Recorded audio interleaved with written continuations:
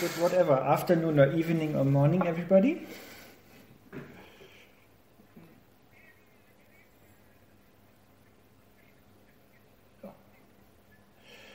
And sorry again for the delay. It's always my fault, by the way.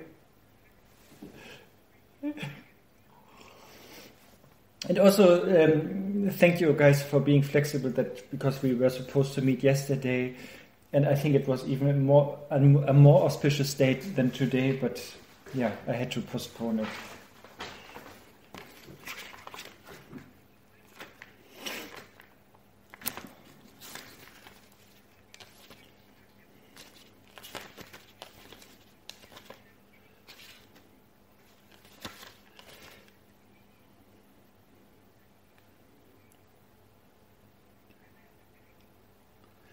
Yeah, it was called Samling Chisang yesterday, Universal Prayer Day, and we missed it. I'm sorry. Samling Chisang.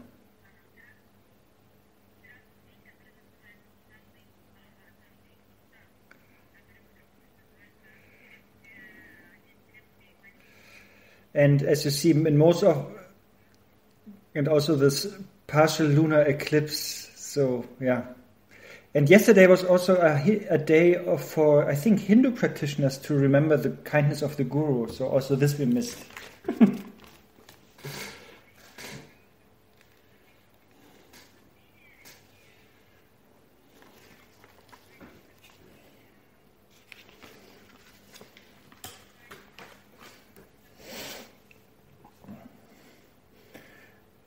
But today, in the Theravada tradition, the 3 years rain retreat, 3 months rain retreat starts. So maybe that is also something.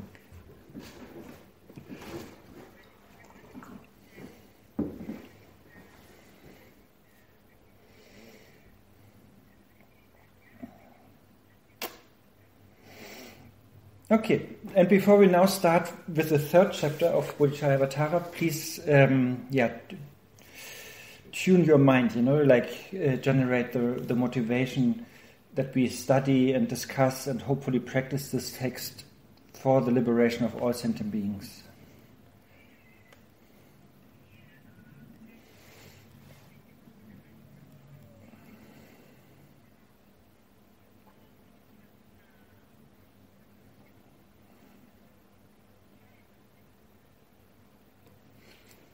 And so please do that in your thoughts or your heart for half a minute.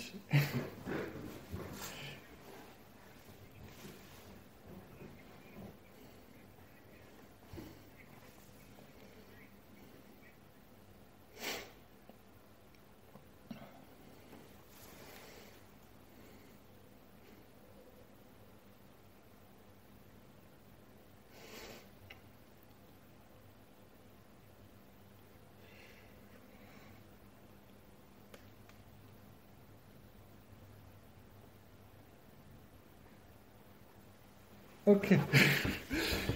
So, we are still planning to take the Bodhisattva vow, basically.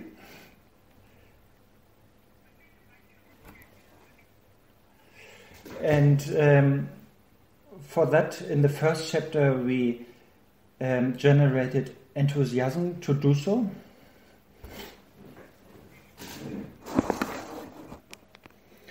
And in the 2nd chapter, we prepared ourselves by different practices of the 7 branch practices.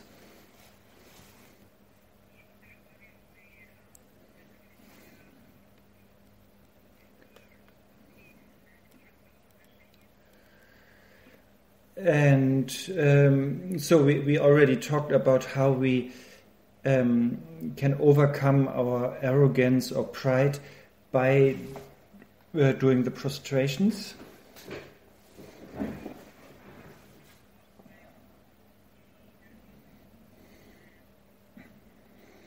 Actually, in Shantideva's text, it's a little bit different order, but yeah, anyway, first we overcome our stinginess or miserliness through practicing generosity like offering.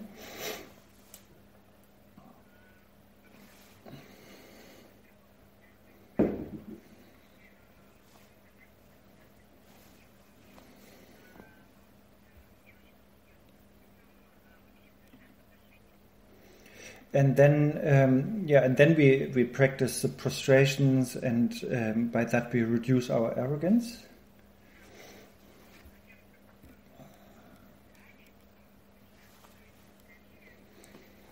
And then, we took refuge in order to bring our mind on the right path.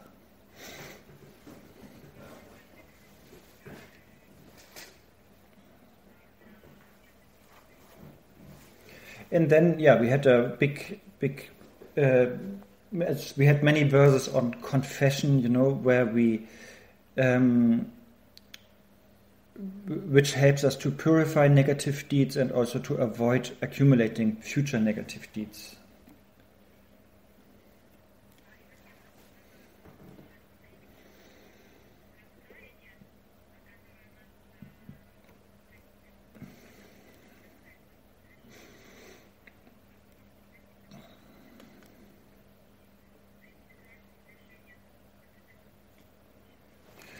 And so, and then today we hopefully can finish the other 4 branches that are left, so that we complete the 7 branches, so that we are able to take the Bodhisattva vow.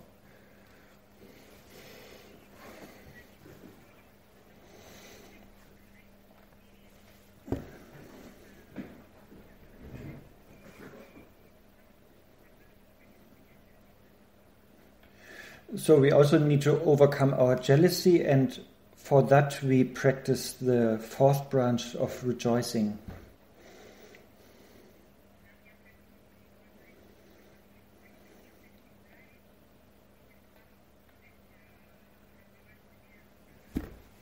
And then afterwards, in order to overcome our ignorance, confusion, or wrong views, we request the Buddhas to teach.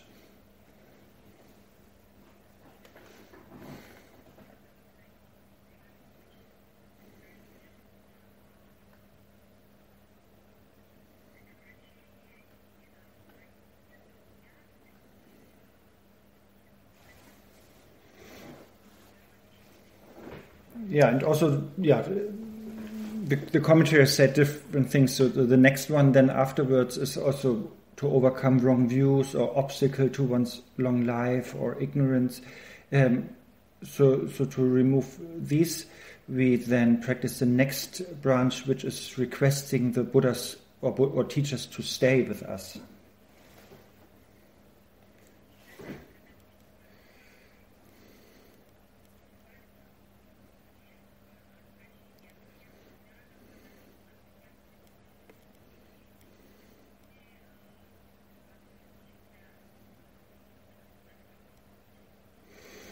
And then in the 7th branch, we dedicate whatever merit we have accumulated already through these practices. We dedicate, to the perfect Buddhahood.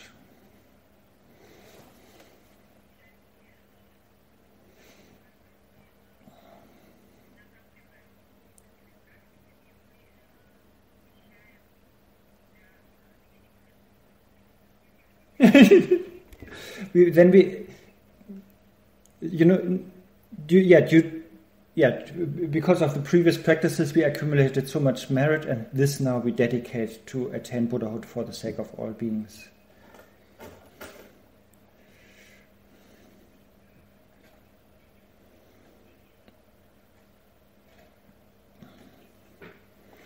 And it says this also eliminates doubts and uncertainty, because what result we want to achieve. So that is really clear, we sort of guarantee that our merit is protected, and also we really only wanted to bring about the result of Buddhahood.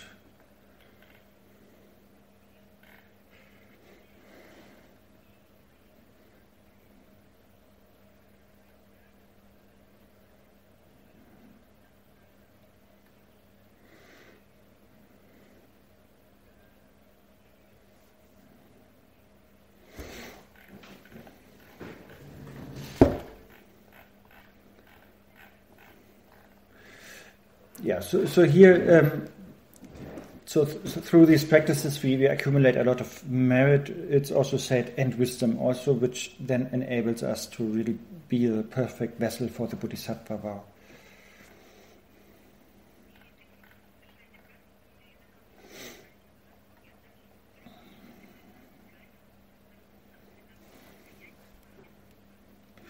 And so we start with this. Today I'm using Stephen Batchelor's translation, by the way, because for me it's the most easiest.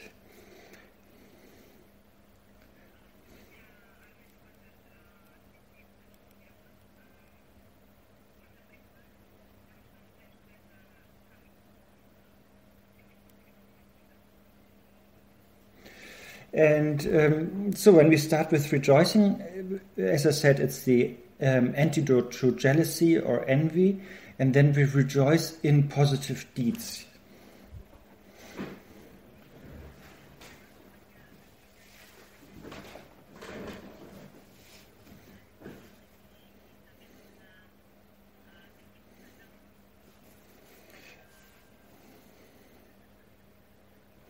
And there we really rejoice in whatever positive actions all the beings have done, you know.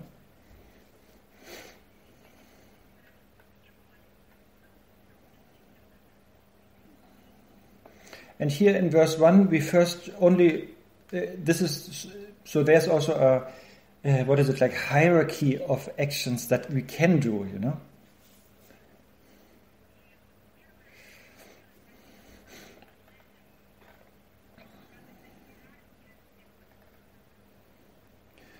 So the lowest positive action it's called that what is tending to happiness. So what just gives rise to better circumstances and to happiness, you know.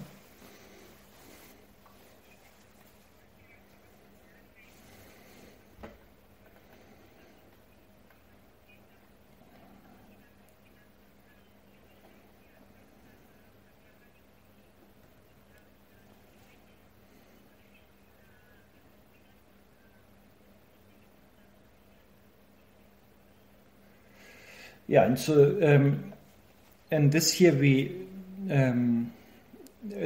practice here with the first verse, where we rejoice in those we call it Shravaka or Pratyeka Buddha. Sorry, where we rejoice in ordinary virtue, you know, that only brings about happiness and not liberation yet, you know.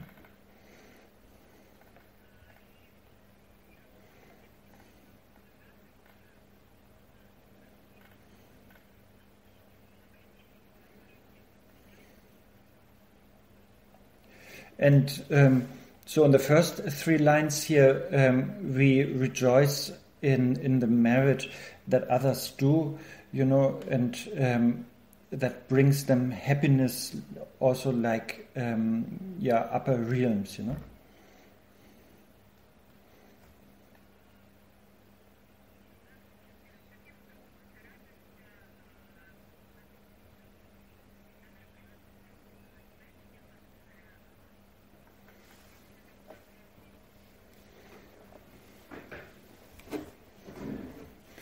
So this is basically saying here the first three lines, you know, that this is the first three lines about the cause, you know, that we rejoice in whatever beings do, like positive actions, what they do, that is the cause for them to be liberated from lower realms.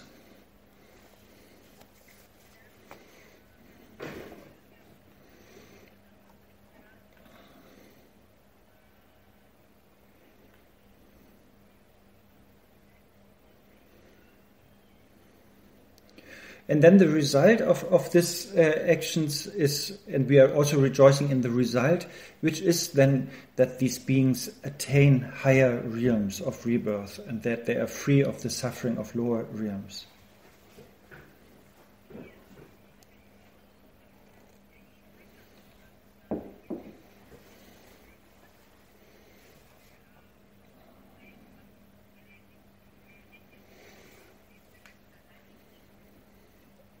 So when we look into the Nyingma classification of 9 jhanas, this is actually even before, it is like the jhana of, or the worldly jhana of gods and humans, like that means beings want to be free from lower realms and just want happiness in higher realms.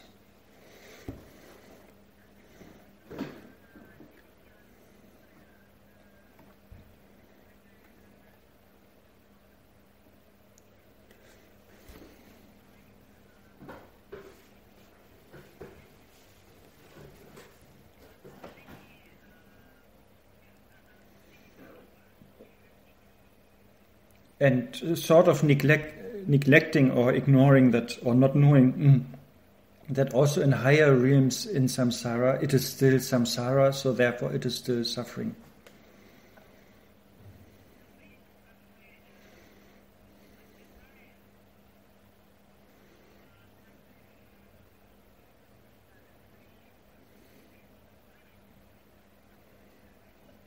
But still for us, even higher realm, of course, is something good that we also need, It is a good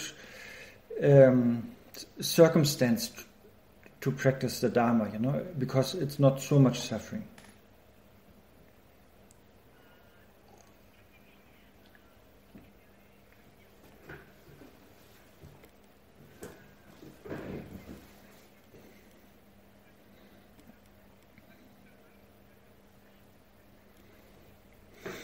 Yeah, so we hear in the first verse, we rejoice in all these good things, even good thoughts, positive thoughts, or achievements that people can achieve out of these good thoughts, which are still samsaric, these achievements, but still we rejoice in the causes and results.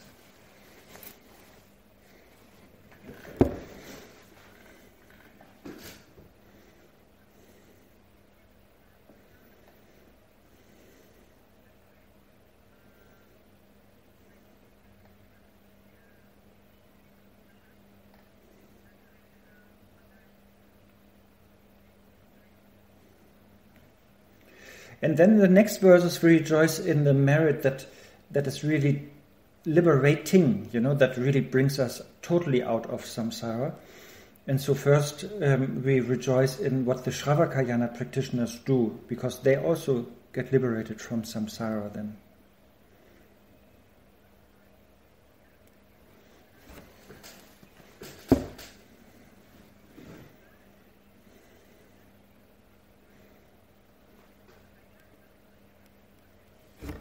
And here again we have cause, which are the first 2 lines, and then result, the second 2 lines of the Shravakayana practitioners.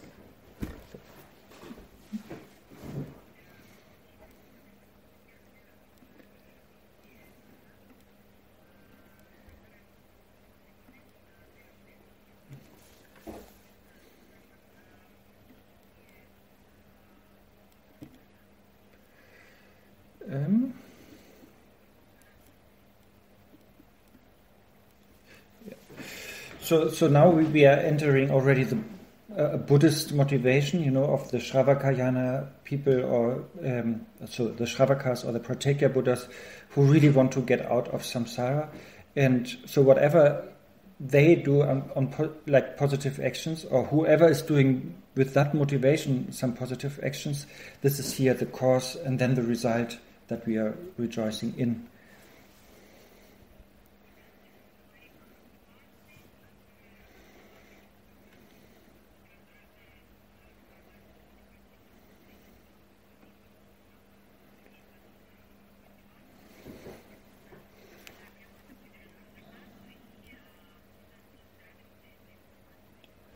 And then, the result then is, we can even put like this, the Arhat's awakening, where there's a lot of freedom and really a big, like not any obvious suffering anymore.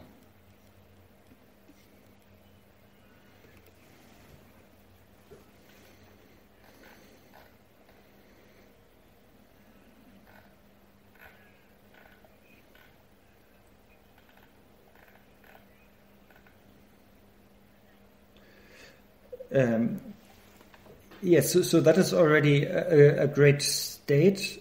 Of course, from the Mahayana point of view, it's an incomplete enlightenment, but it's really a freedom of, for example, the suffering of birth, old age, sickness, and death.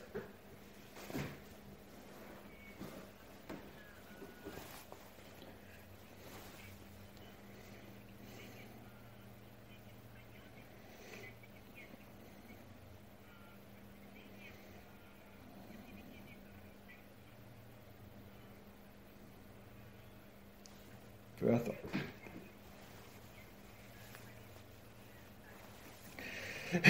And then when we study Abhidharma, there are like many, many subcategories of the results of the Shravaka practitioners, but basically there are like 4.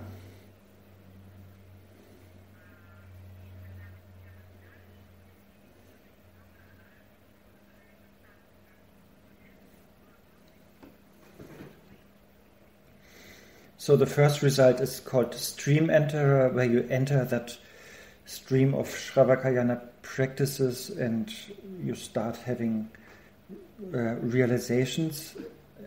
Yeah.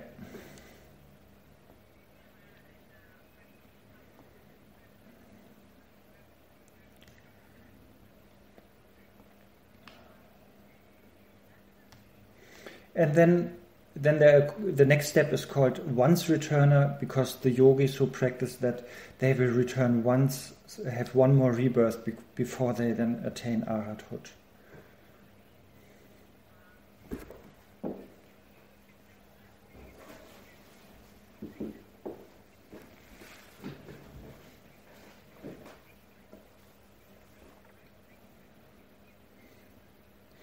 And then comes the third is the non-returners, so they don't have to come back again, but they will make it this life.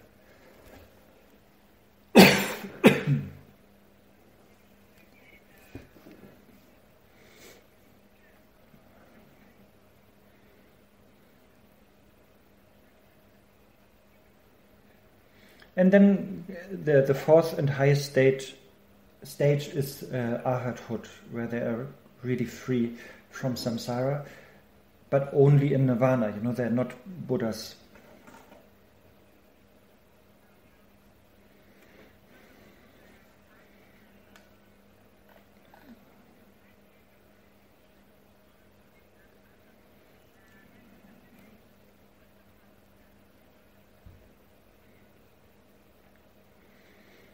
So, and here, we rejoice in all the virtues that are accumulated by whoever who has that kind of intention in mind, to get the hell out of samsara, as Dzongsar Khyentse Rinpoche says.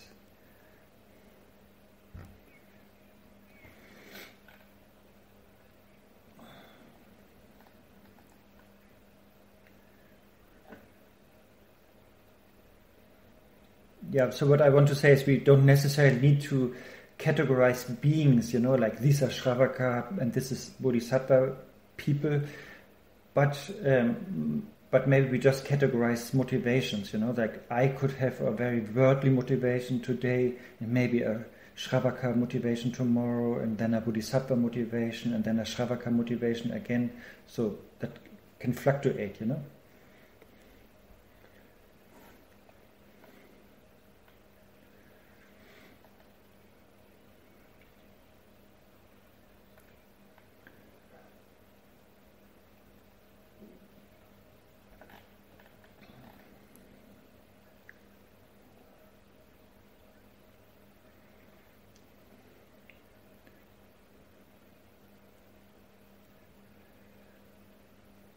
Because if we only see the categories of the yanas as different people out there, then we might become dogmatic or racist even or something. But it's just different greatnesses of motivation that we can have, or that we don't have. So we could understand it like that.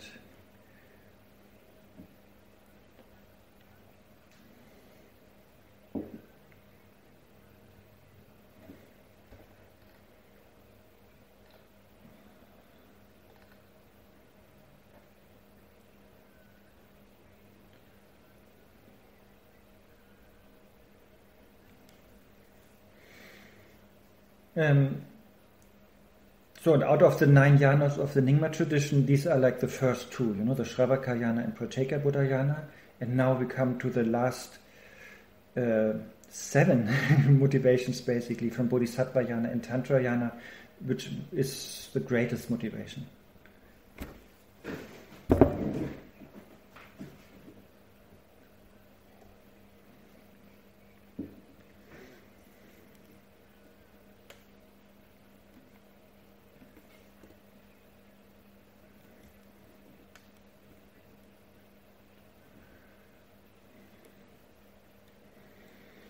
And this is explained in verse 3 and 4, and verse 3 is surprisingly small and short.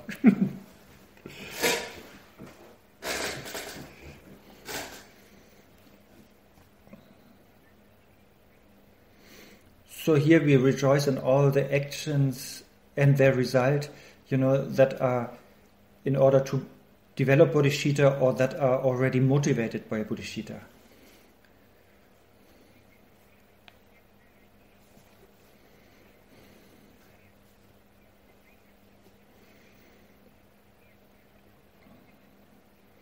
So this motivation is even bigger, Bodhicitta is always aiming at Buddhahood.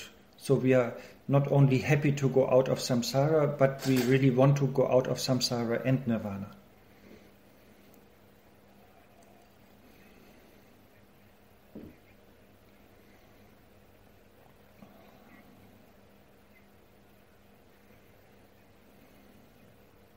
So, and here obviously the verse 3 is about the results of bodhicitta practice that we are rejoicing, the awakening of the Buddhas and also the bhumis of the Bodhisattvas.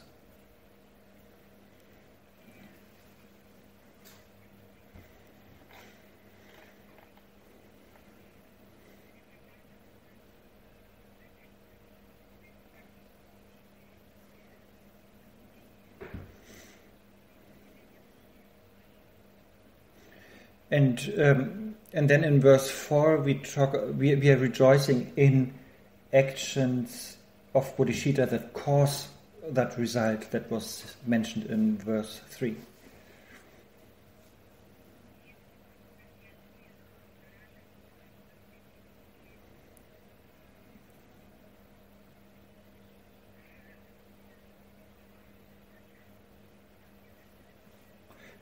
So in verse 3 we are rejoicing in the result of bodhicitta practice, which is Buddhahood and the bhumis, and in verse 4 we are more rejoicing in the bodhicitta practice itself, the cause.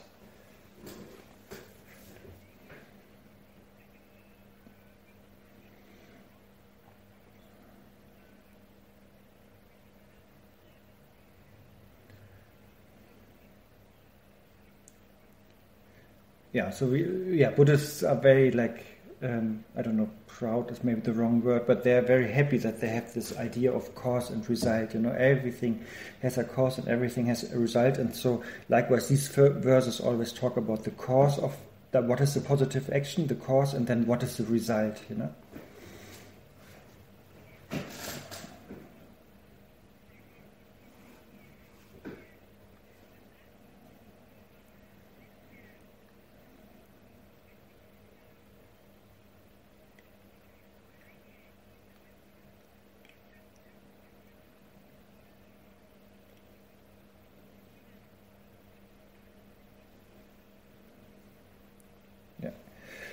And here the cause is the bodhicitta practice itself, and there we have bodhicitta of intention, that we want to attain Buddhahood for all sentient beings' sake, and then bodhicitta in action, where we practice the 6 paramitas.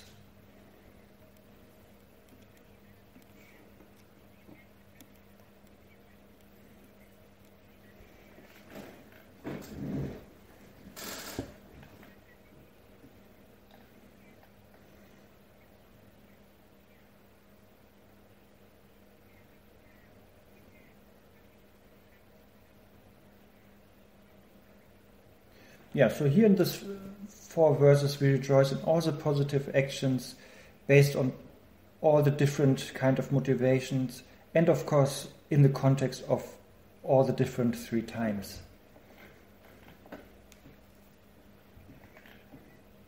I mean, we rejoice in all these positive actions, like from the past, from the present, and from the future. We are rejoicing in all possible actions that will ever happen, that have ever happened.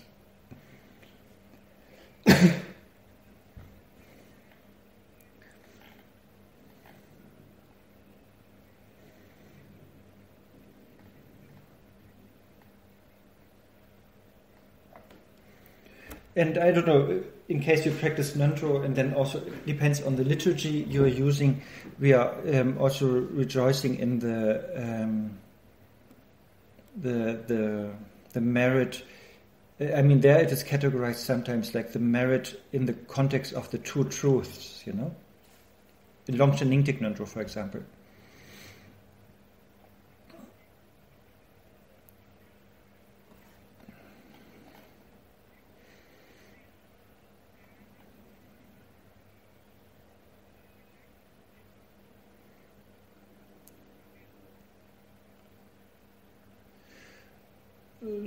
So, and there we rejoice in the merit that is, and that is of course emotionally stained, but still on the relative level we rejoice in that merit. But then on the absolute level we rejoice in the wisdom practice,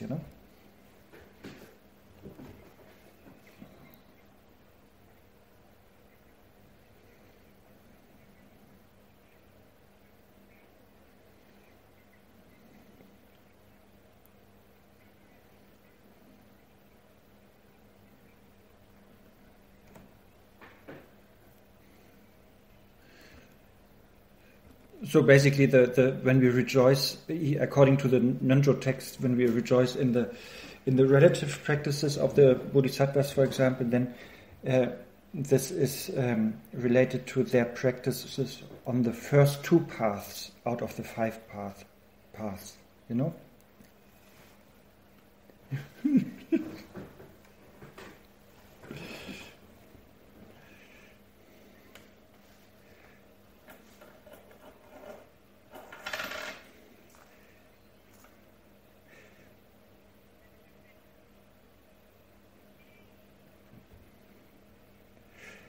And then this is the relative truth merit, and then the absolute truth merit or practice we're rejoicing in is then the wisdom that is practiced on the other paths, like path 3, 4, and 5, where they have the understanding of emptiness, therefore they practice wisdom.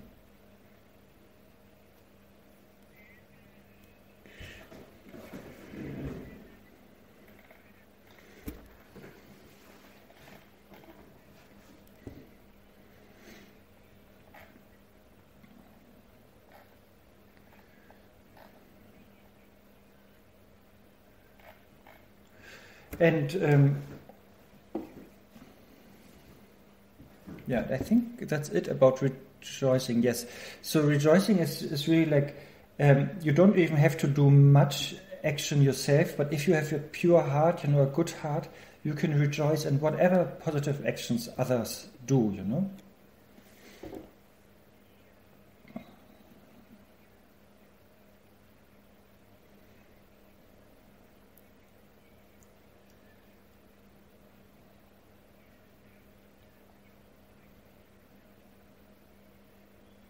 So you could really sit in a whirlpool, or jacuzzi, and remember, or be aware of all the positive actions that people do, because there are so many things happening all the time, like let's say in hospitals or wherever,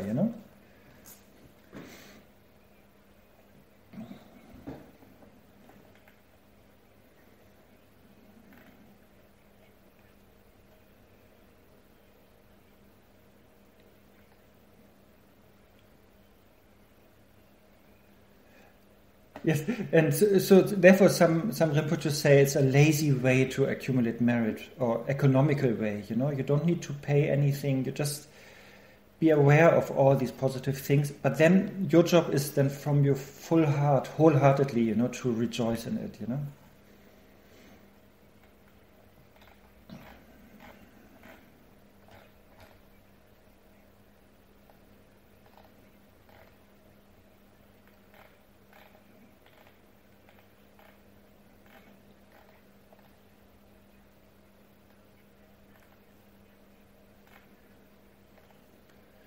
And sometimes even this practice could be better than maybe if you do like that really with a good heart, you rejoice. This might even create more merit sometimes than the original actor has accumulated by originally acting out that positive action.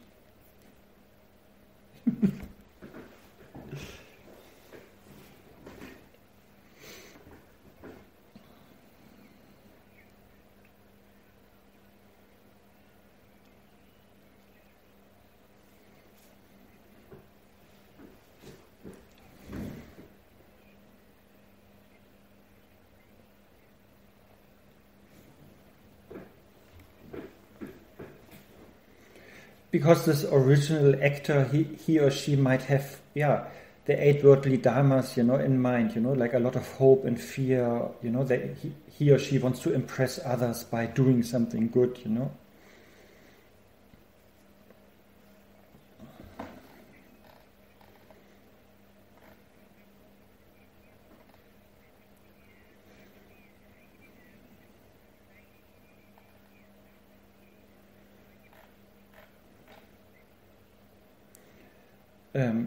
you want to impress others, or you want to, have a certain reputation or a certain position, or maybe you even do a positive action out of anger or something. So you have, or out of fear. So you might have strange agendas, Therefore, the original actor might not have such a pure heart, and therefore,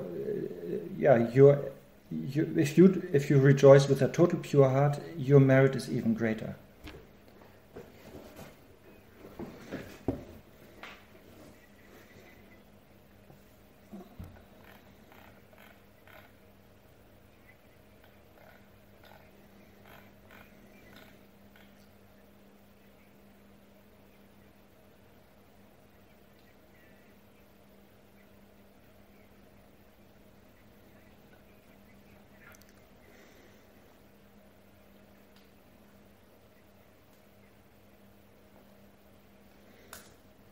So that's why it is sort of easy, because you don't have to act or do much, but you really have to do it from your heart and really rejoice. So then it really is a great practice.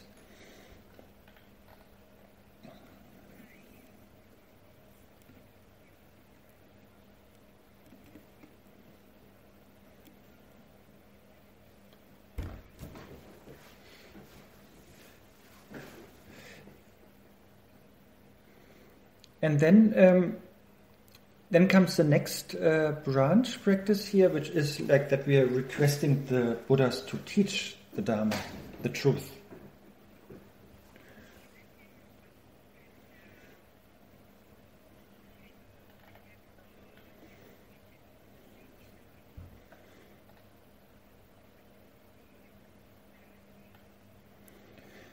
And this is done in order to dispel here the ignorance, the darkness of ignorance of sentient beings,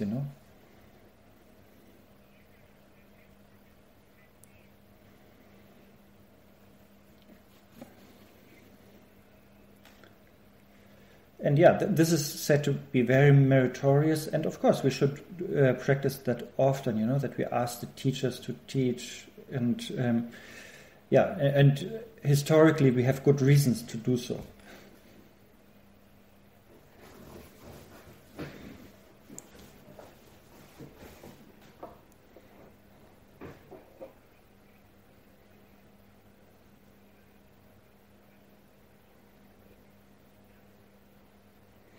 Because if we have a Buddha in this world who keeps silent, we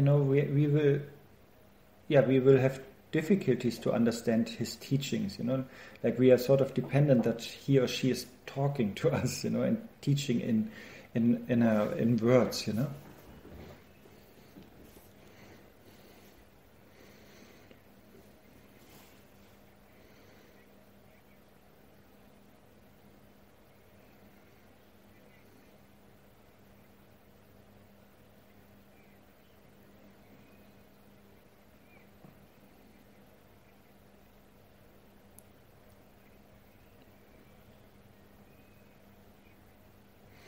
And yeah, Buddha had exactly that. That was his first impression, of the world. He understood Buddha Shakyamuni. After he got enlightened under the Bodhi tree, he understood that he has this nectar-like, uncompounded, concept-free Dharma, and nobody will understand it.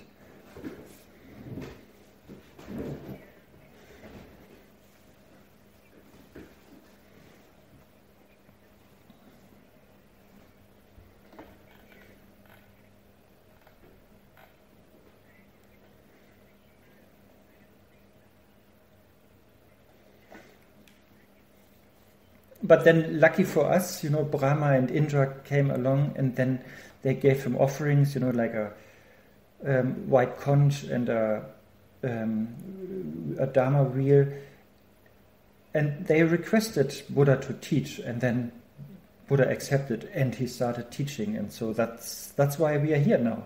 Now we can study Buddhist teachings because of that request. So.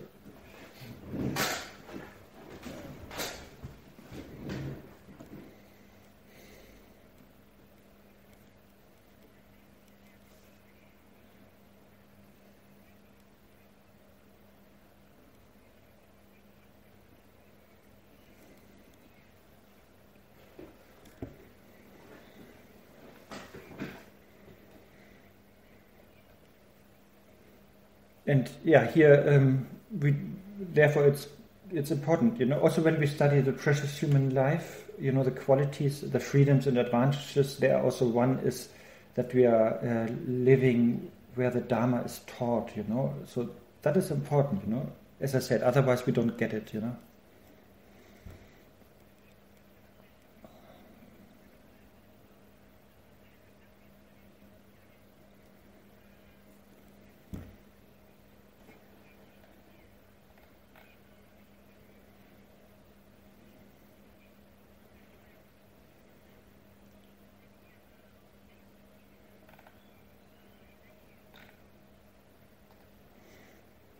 And therefore, we ask, like it's written here by Shantideva, we ask, so why do we want the Dharma? Because Shantideva is saying the Dharma is, let's say, like a wisdom fire, that is dispelling the darkness of ignorance.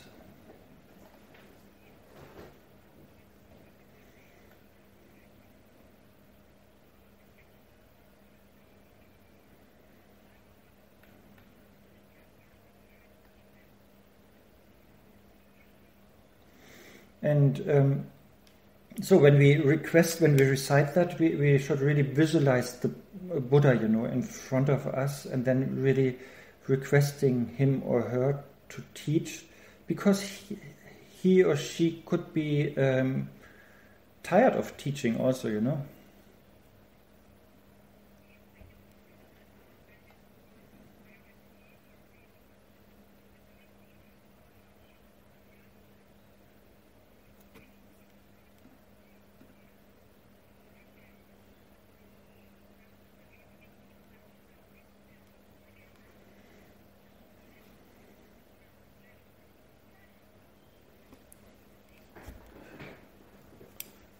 And Buddhas or teachers could be tired to teach because maybe students are not grateful, or students maybe are very discouraging, or disrespectful to the Dharma, So therefore, therefore sometimes teachers don't teach. So therefore, we need to request.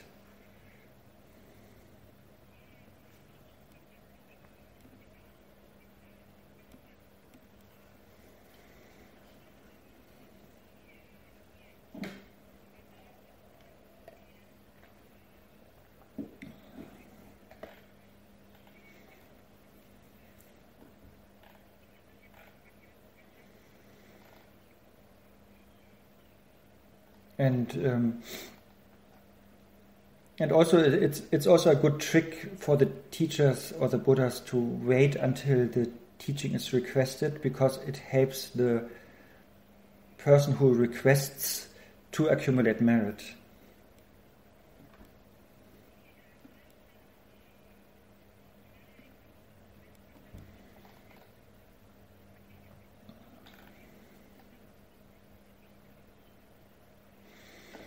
And so in practice, I will answer your question soon here. In practice, we visualize, Buddhas of all 10 directions, in front of us. And we ourselves, we visualize ourselves emanating millions of bodies.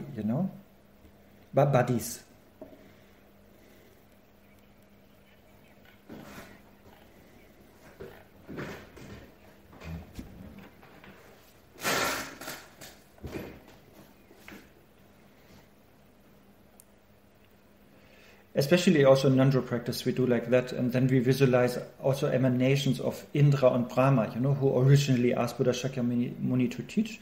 Also, our body is emanating millions of bodies in that form of Indra or Brahma, and then we supplicate and request the Buddhas of the 10 directions to teach us the Dharma.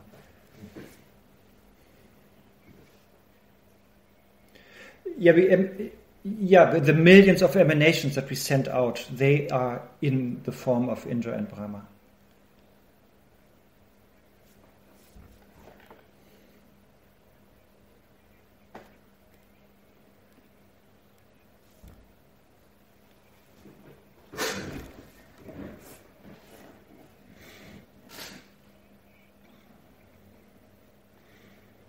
And then we asked to teach the Dharma, and there are different other analogies. I mean, the lamp is to dispel the darkness of ignorance, but also we have the Dharma drum, boom, boom, boom.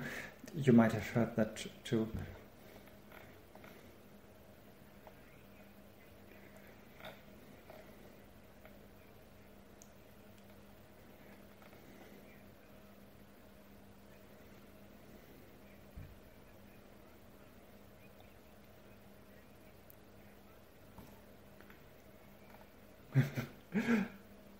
Another example is we asked to blow the conch of Dharma. The sound of the conch is supposed to be the sound of Dharma.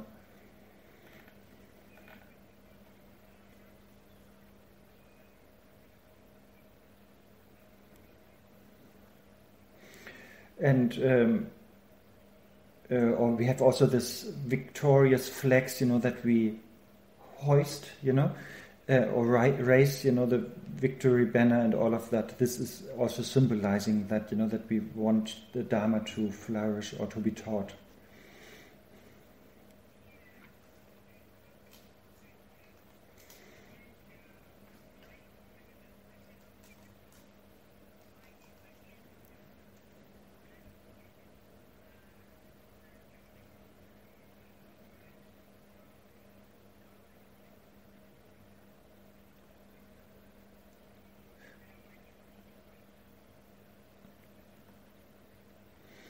And then, of course, what Dharma we ask for, and then we sort of, what is it? We're trying to trigger the omniscience of the Buddha, to teach exactly that what is needed, and what is appropriate to the capacities of beings and the aspirations of beings.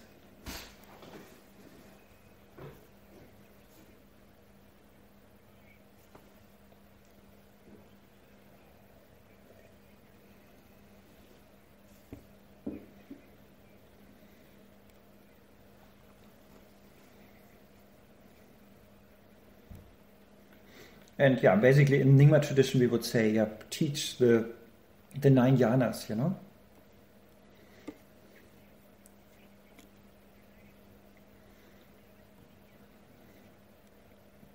And yes, the answer to Ginny is yes, and requesting the teacher or the Buddhas to teach is accumulating merit, yes.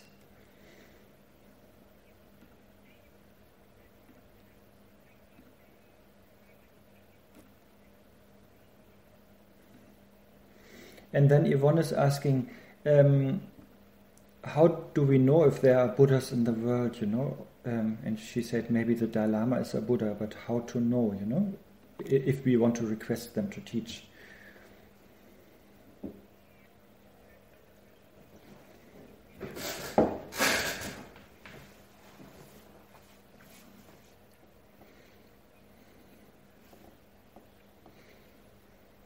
Yes, and exactly how to know. Yeah, we can't, or I can't know. As long as I'm not a Buddha, I don't know who's a Buddha and who's not. Definitely not.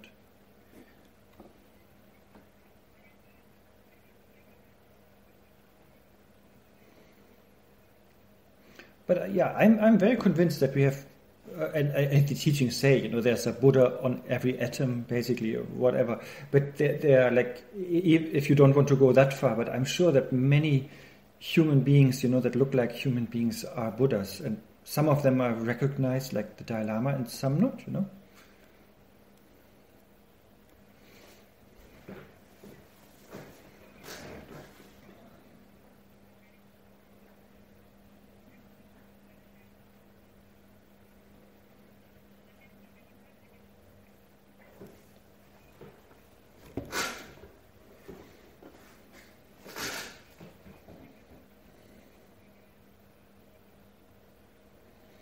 And we don't have to, we can ask somebody specific to give teachings, but just in general, we can request all beings who are able to teach the truth that they do so, That is our wish.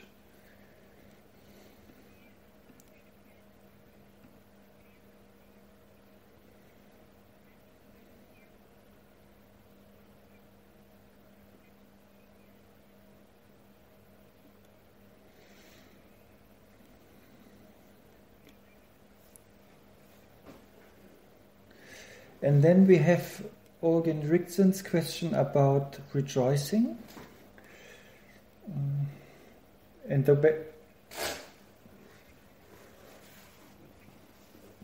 So he's basically, he or she actually, I don't know, I think, is asking basically if we rejoice in somebody's action that is a good action, but done maybe with a negative motivation, if we still accumulate merit because we have a pure motivation.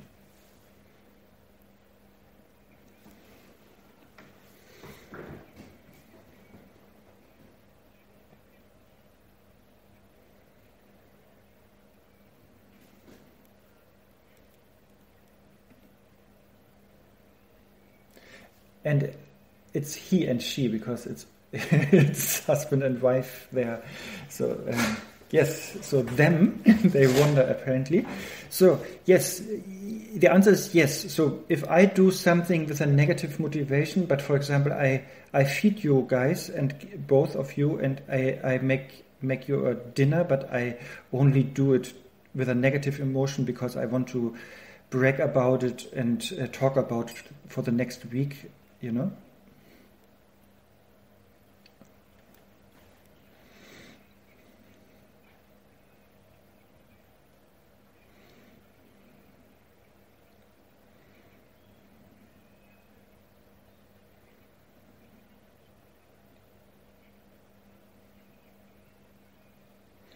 And Olga, let's say Olga doesn't know my motivation, but only is seeing that I provide you dinner.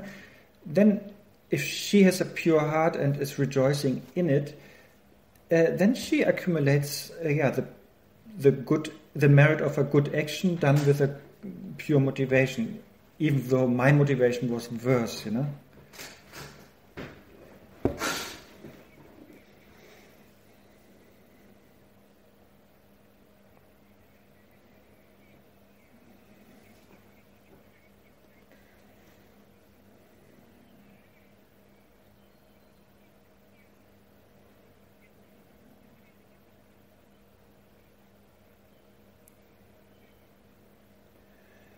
And yes, I think I understand. Jon is asking, what if Olga knows about my bad motivation?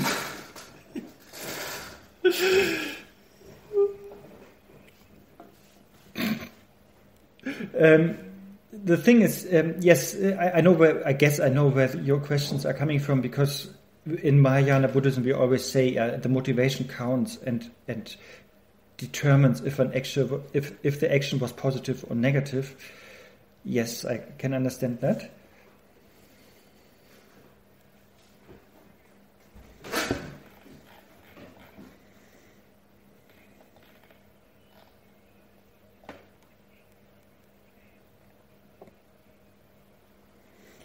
But I understand the commentaries here that at least Ritson and Riani, this couple here, they at least they had a full stomach, and it was there was a positive effect in the action because they are satisfied and they only need to eat like in 10 hours again.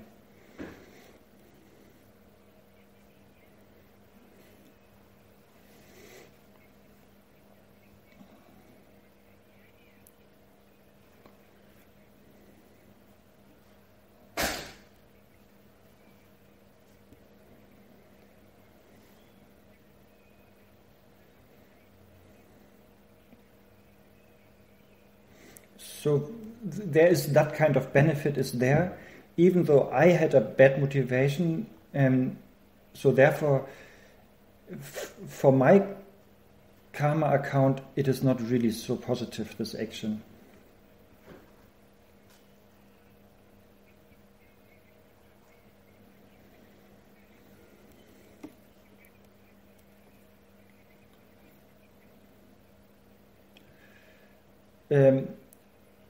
But for Olga's karma account, if she has a pure heart and is really rejoicing in the action and the result of the action that the people are satisfied, then for her that is even a better bonus, like merit-wise.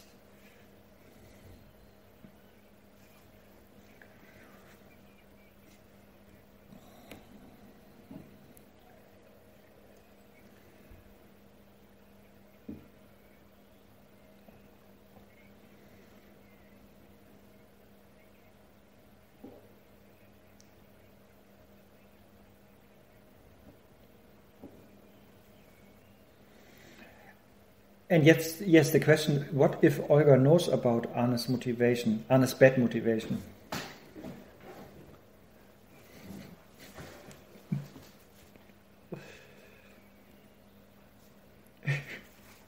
And here, it really depends on Olga's reaction to that knowledge.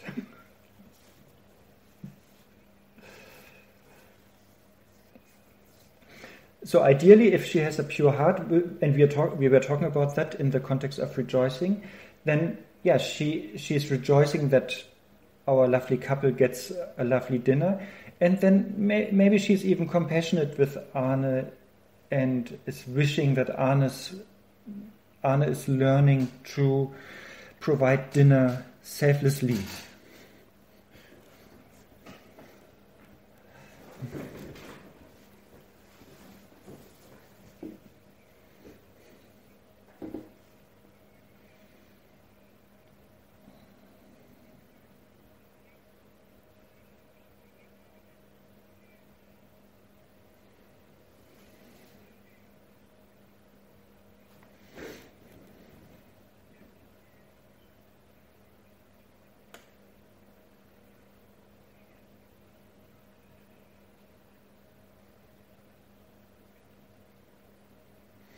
But if she's getting angry and impatient with me always giving the food in a very disrespectful way or with a lot of selfish agendas behind, so if Olga is getting angry observing that, then of course her anger is destroying a lot of karma on her account. Yeah.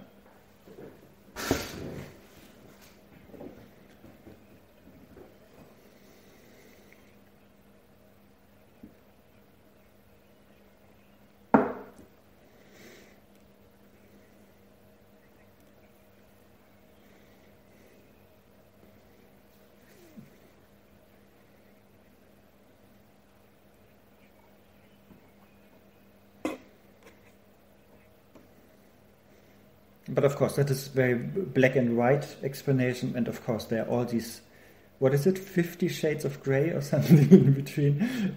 So everything is possible in Olga's mind. She can have a mixed motivation, or 80% pure, or 60% impure. Everything is possible. Yeah.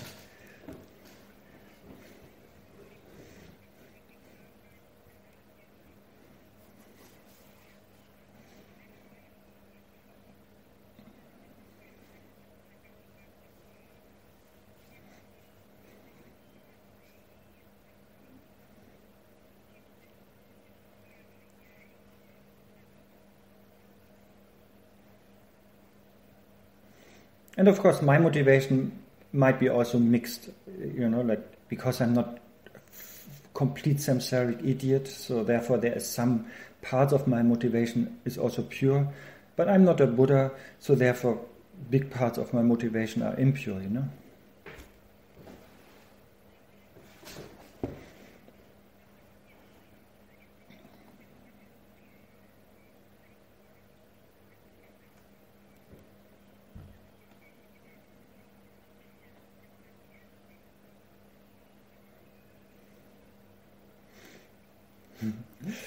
Okay, and then the next one, verse 6, is here the branch number 6, where we request that Buddhas or teachers, Bodhisattvas and so on, to stay long with us and not leave this world.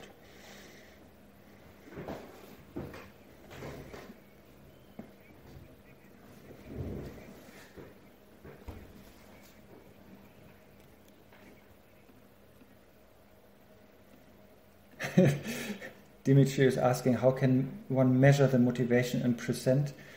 Yes, of course. Buddha can, yes, but I just want to show that there's a spectrum, that it's not black and white, but it's mixed.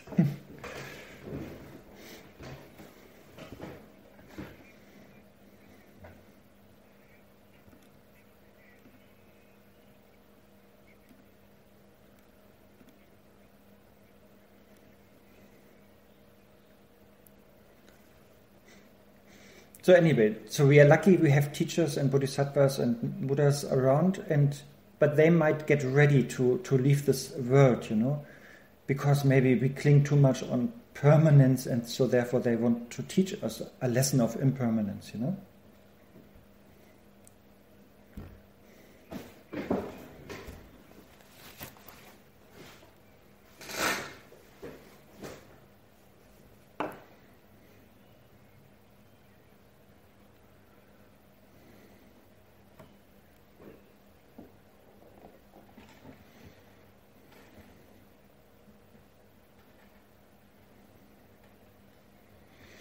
Yeah, or because people are just lazy, and so therefore by sort of threatening the audience to leave, the audience is getting more diligent, so that's why maybe some teachers or Buddhas are looking ready to leave the world,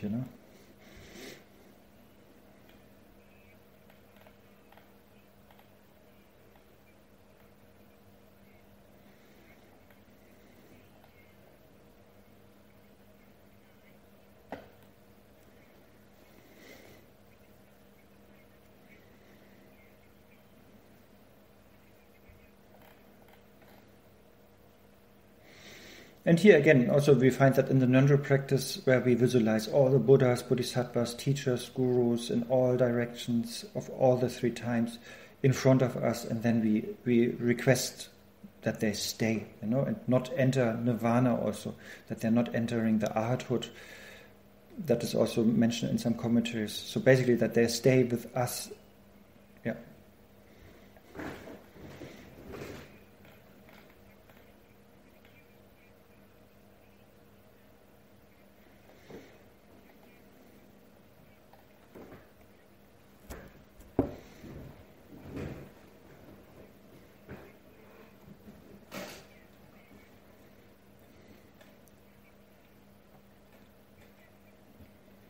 And of course, I forgot also in the previous request of asking for teachings, like here also in the request of asking for long life, basically, we also always give a little offering, could be totally symbolic or visualized, but we don't request things empty-handedly,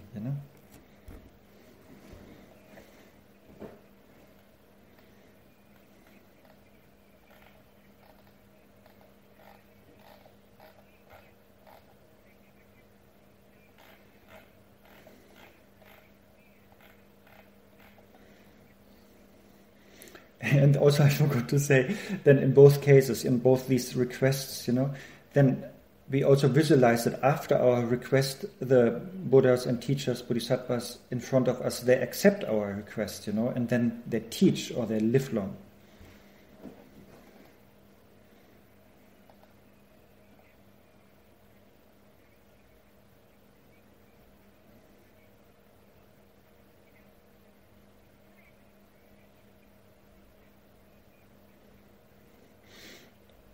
And then because of that, in verse 6 it says, because they are staying and teaching even, then the world is not left in darkness, but ignorance is dispelled.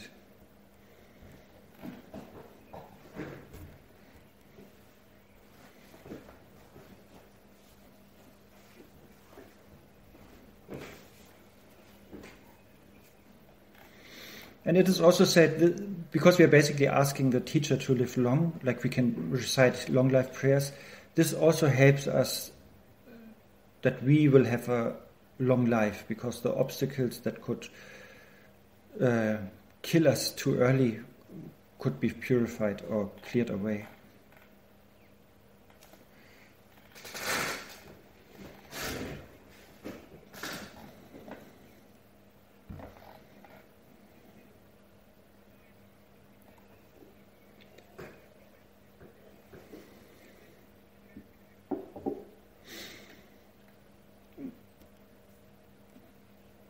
Yeah, I think that is always good. To ask really for the long life of the teachers, because we need living examples. Even though they have taught, if they would leave, then that's a big loss for us. Because it's always good to have a living example. Who lives what they preach or something like that.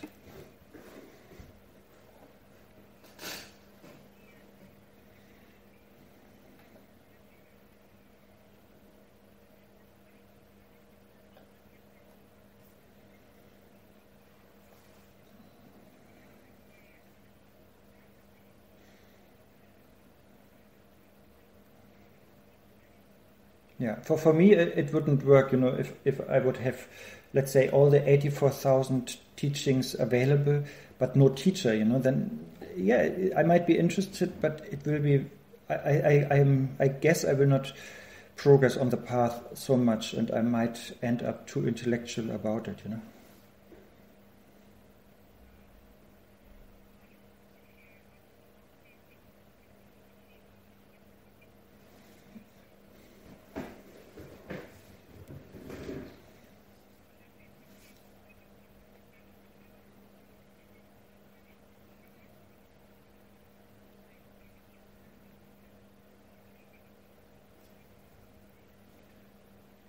And then, but this teaching again, then also that if the teacher is alive, she or he can give like small feedback here and there, and that is, so valuable, That of course is a teaching which we requested in the previous branch.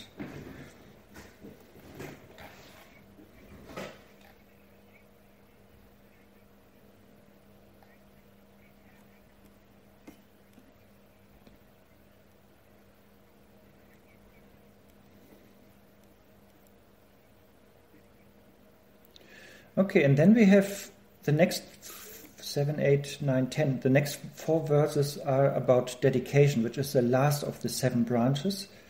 And then comes mind training, and then comes the Bodhisattva vow. So with 7, 8, 9, 10, we conclude the 7 branches, and the last branch is dedication. Sorry.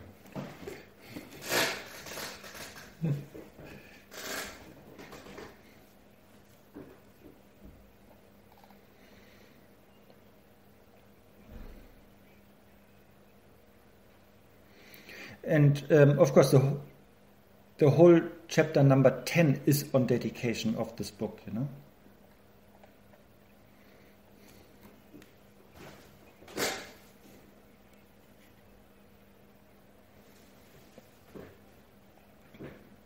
And at some point in the far future, we will go through it, and there are like 3 main points in this chapter 10, that we dedicate for the benefit of others, sort of. And then second, that we benefit so that we become Buddhas and perform the activities of a Buddha. And third, that the Dharma has a long life. So benefit of others, oneself Buddha, and Dharma has long life.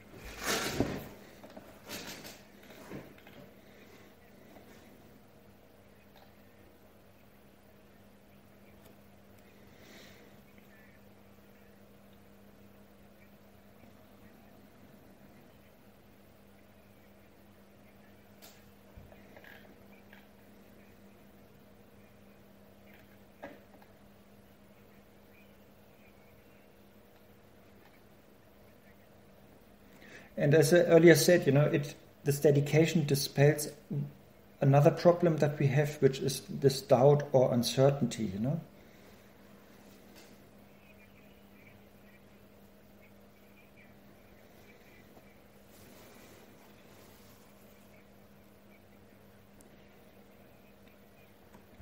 And so this is dispelled because by dedication we sort of seal our actions in the way that they bring the desired or wished outcome, result. Yeah.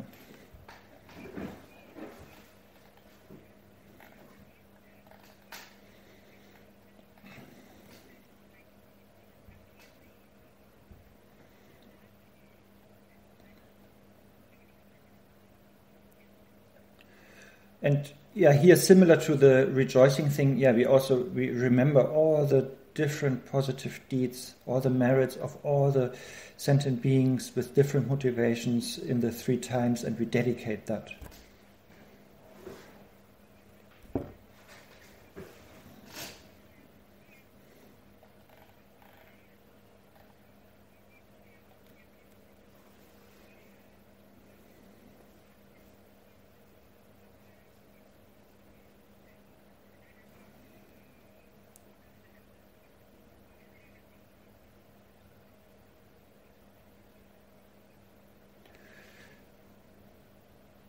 Yeah, and this we also connect with wisdom.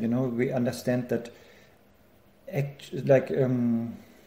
so if I do something good if I give an object to Olga, that me, the object, and Olga, and the action, they are all not truly existent. But we have this wisdom that everything is empty by nature or illusory.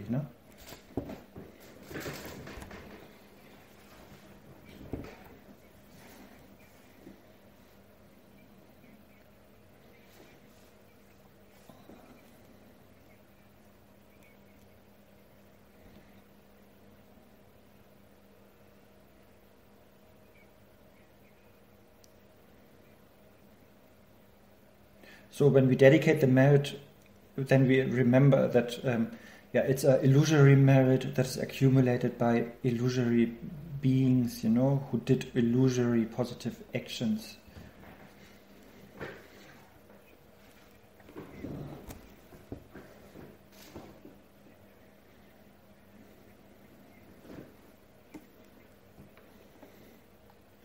And of course, we also know that now that I am dedicating, I am also illusory, and the merit that I'm dedicating, or the dedication itself, everything is also illusory.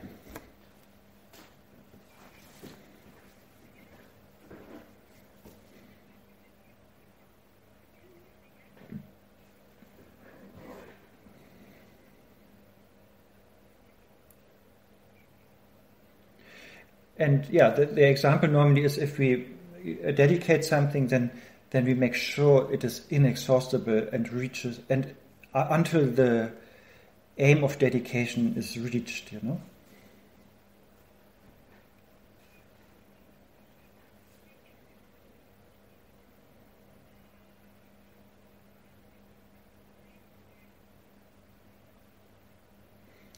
The merit that we dedicated is inexhaustible, and it stays as long as until the desired aim of dedication is reached, until Buddhahood is reached, basically.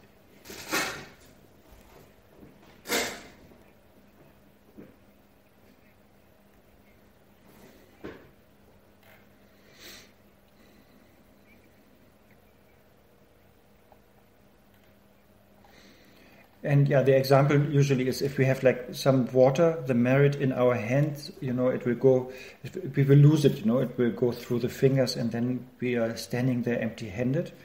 But if we take that water in our hand and put it in the ocean, then it stays as long as the ocean exists,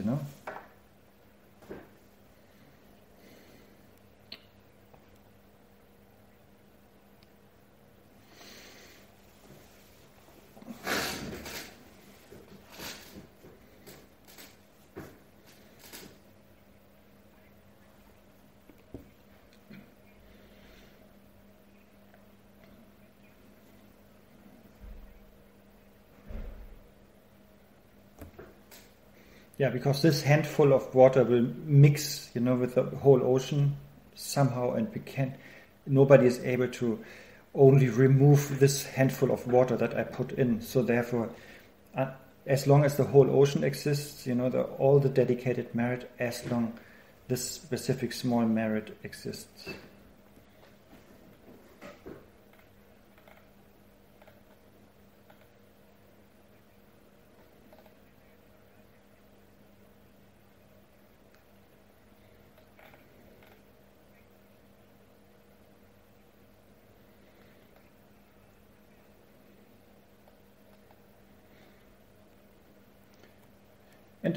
And there, of course, also when we recite dedication prayers, we again visualize Buddhas, teachers, Bodhisattvas in front of us, and we dedicate to all sentient beings, of course, and especially sometimes the bad ones also, we should not forget they need more merit than the good ones.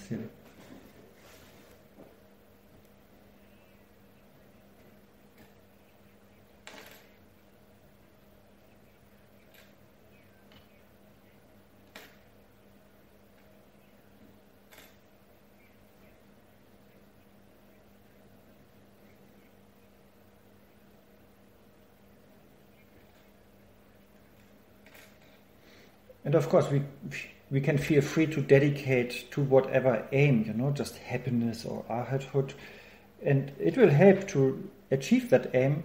And therefore, it's best if we dedicate it to the Buddhahood of all sentient beings.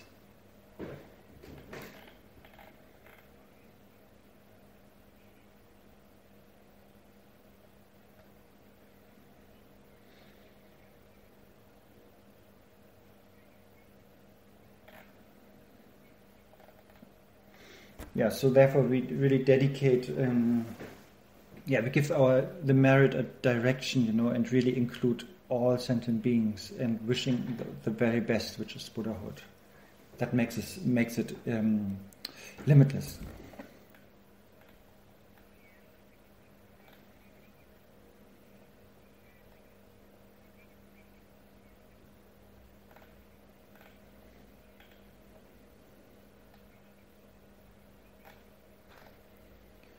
And this dedication is really like a very like auspicious link. Then also, that we create. I'm coming back in 1 minute. Sorry.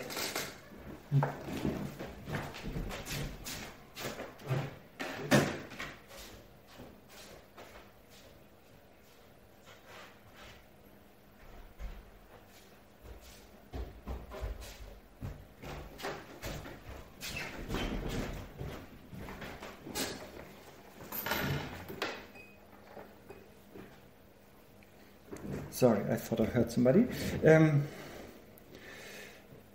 So this dedication is really so important always to do after we have done something positive, because this we will study in chapter 6. Undedicated merit can be easily destroyed by anger.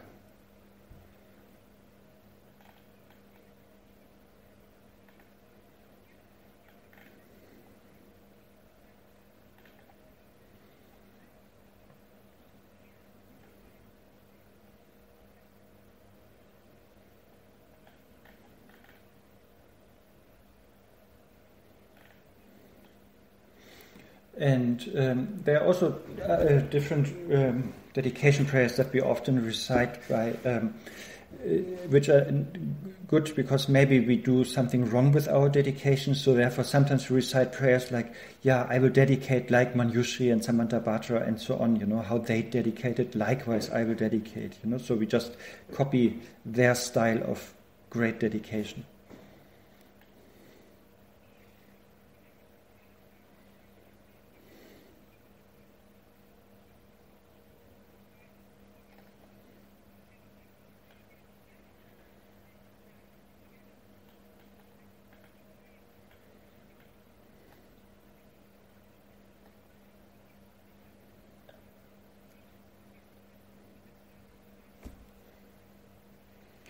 And 4 more minutes and 4 more verses, so that is manageable. Because I hope I explained everything about dedication already.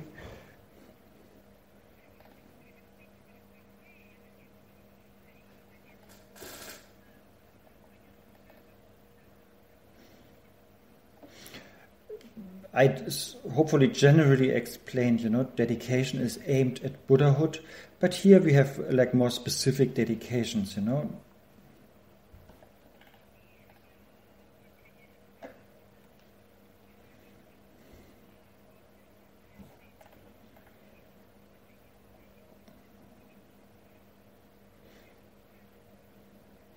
Yeah, so here in verse 7, we basically dedicate that all the suffering in samsara is dispelled, by all sentient beings, from all sentient beings.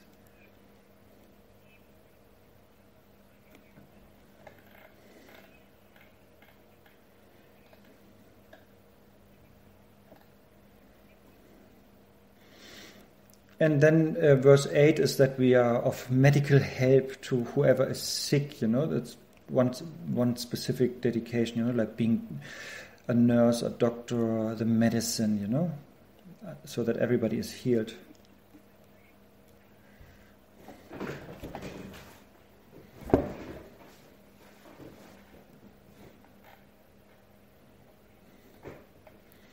And there are also Jakarta stories of Buddha, like who did that, when he was a king and there was a specific illness and people needed a specific fish to eat to get cured. So the king committed suicide basically to be reborn as that fish so that people could get cured,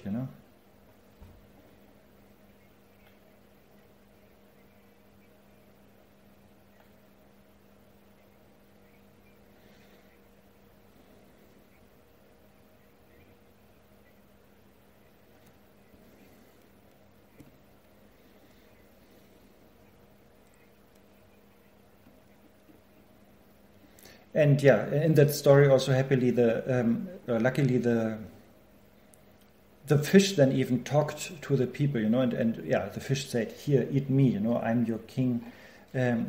This will cure you, and once you are cured, please practice virtue, and avoid non-virtue."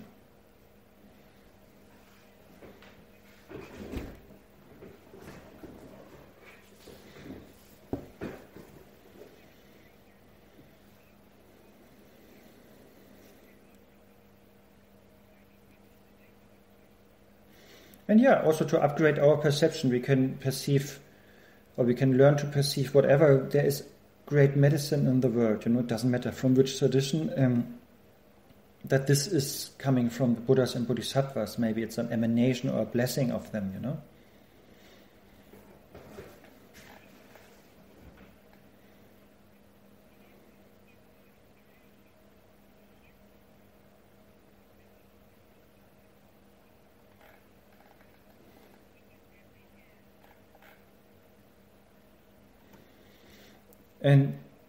And then verse 9 is also easy, a specific wish, that nobody is hungry and thirsty, but everybody gets the food and drink what they need,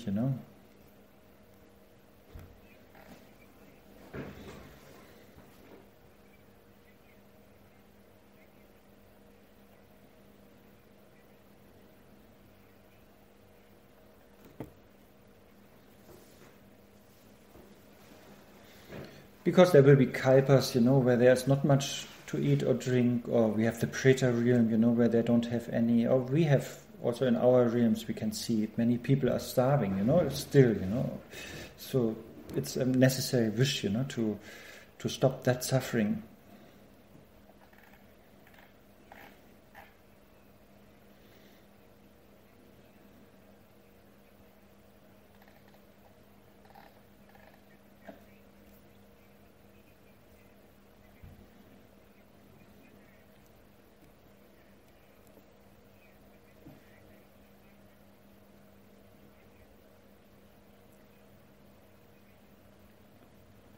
And then in verse 10, basically he's praying that he becomes like an inexhaustible treasure, that a wish-fulfilling treasure.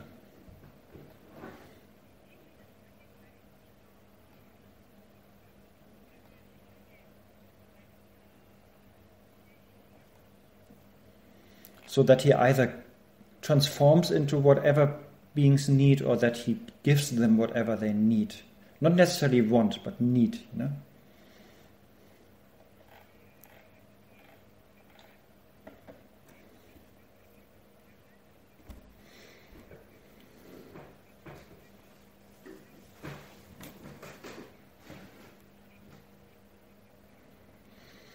So this is basically these are the 7 branches.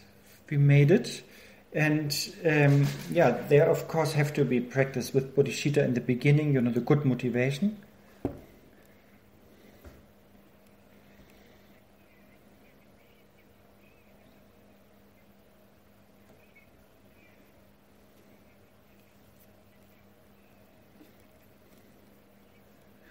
And then in the middle, they have to be practiced by having the wisdom, by seeing that everything is illusory.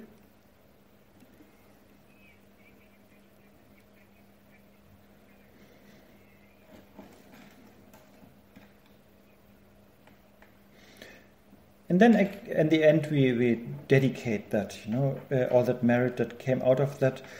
But of course, also knowing everything is illusory.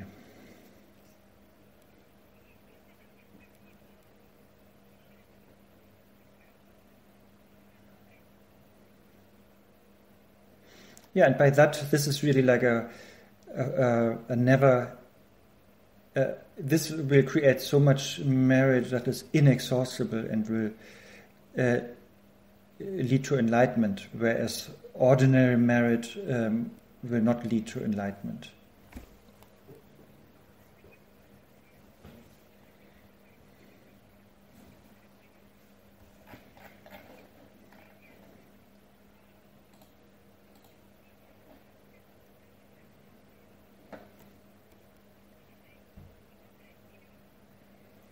And ordinary merit only gives like fruit once, but bodhicitta gives, or this kind of merit will give like again and again, inexhaustibly will give fruit until enlightenment.